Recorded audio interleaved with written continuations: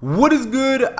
What is really good, my people? It is UK. Try to brother Dr. Blick, the darkest man around. Today, guys, I'll be talking about One Piece World Seeker. And in today's video, I will be focusing on feedback. In fact, this is a new series that I will be doing on this channel called One Piece World Seeker Feedback, or it could be feedback for One Piece World Seeker 2. I will make a playlist of the stuff that this game can improve upon if it was to get a sequel. And in today's video, we are going to be focusing on the combat of this game. One of the major stuff that I feel that they could do really better with this game. And honestly, if it has been a time for you guys to get that fried chicken, get that Kool-Aid, now is the perfect time, because the UK Trucker Brother will be going ham on this video. So without further ado, let me just get on with it. So first of all, I got to start off by saying that the combat could be a lot better. And if you played One Piece World Seeker, you would know that when you start off the game, the combat is bare bones as hell. And when I mean bare bones as hell, obviously there's skills and moves that you can do, but you just can't access them until you do a certain part of the game. So you start with just a punch and a kick, but as you slowly progress, you start getting more moves by talking to people, by doing the mini tutorial stuff which explains certain aspects that you have to do, and also by going to your skill tree and getting certain moves and certain stuff with the in-game money. My mind froze up there for a bit, but I regained my composure, okay? I regained my composure. But yeah, that's pretty much the basic outline on how you get moves in this game. You start with nothing, you talk to the people you're meant to talk to at the beginning, so kind of the tutorial is phase. They talk about how the hockey system works, how to activate it. They also talk about moves that you can acquire through the skill tree by just buying them with the in-game money that you earn from doing side quests and playing the story, or just fighting random marines, because there are marine bases located all over the island. So there's a lot of ways to make the money so that you can get the in-game moves. And that's fine for the most, but that concept is fine. The only issue is you start off with nothing. And me personally, even though you don't start off with nothing for that long, me personally, it would have made more sense if you had Luffy's default moves that he had pretty much from the beginning. So the likes of basic Gum Gum Gatling, basic Bazooka, and just basic air moves that he does. I can't remember that move. It's cool. The one when he jumps up in the air and he does a barrage of kicks.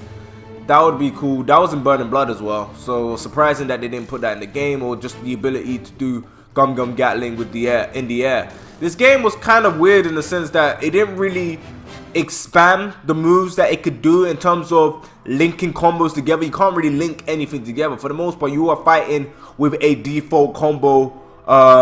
With a default combo set. So if I unlock a move, that move can only be performed a certain way. I can only be linked a certain way, and it's kind of restriction in terms of creating your own combos, in terms of enjoying the combat. The combat is very restricting in terms of what you can do, and I find it weird how everything revolves around square instead of utilizing the triangle button, which is there, that they could utilize and spread out moves through that. And it would actually enable us to use more moves on the game in terms of helping us link it together, because for the most part you can't link shit together, man.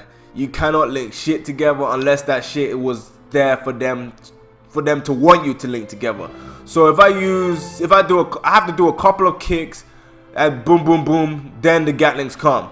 I can't just go straight into the Gatling. I can't just go straight into Gatling then go into Bazooka like I did in Burning Blood. I can't jump up in the air, use the same button I use for Gatling, but since I'm in the air, I'll be doing a barrage of kicks, or even doing Gatling in the air. You can't really do any air moves other than that one move where you jump up in the air and you kick that person up, and then you can't really link that to anything. You just kick him up for the most part. Maybe you can link it to Red Hawk, which is for the most part okay, I guess. Some of these moves can be linked into ultimates, but you can't link other super moves with other super moves the way you would like to do. And some moves are kind of weirdly restricted, like Gum Gum Bazooka can only be done, again, Luffy's used Gum Gum Bazooka without using armament haki, what would have made sense was them to do this.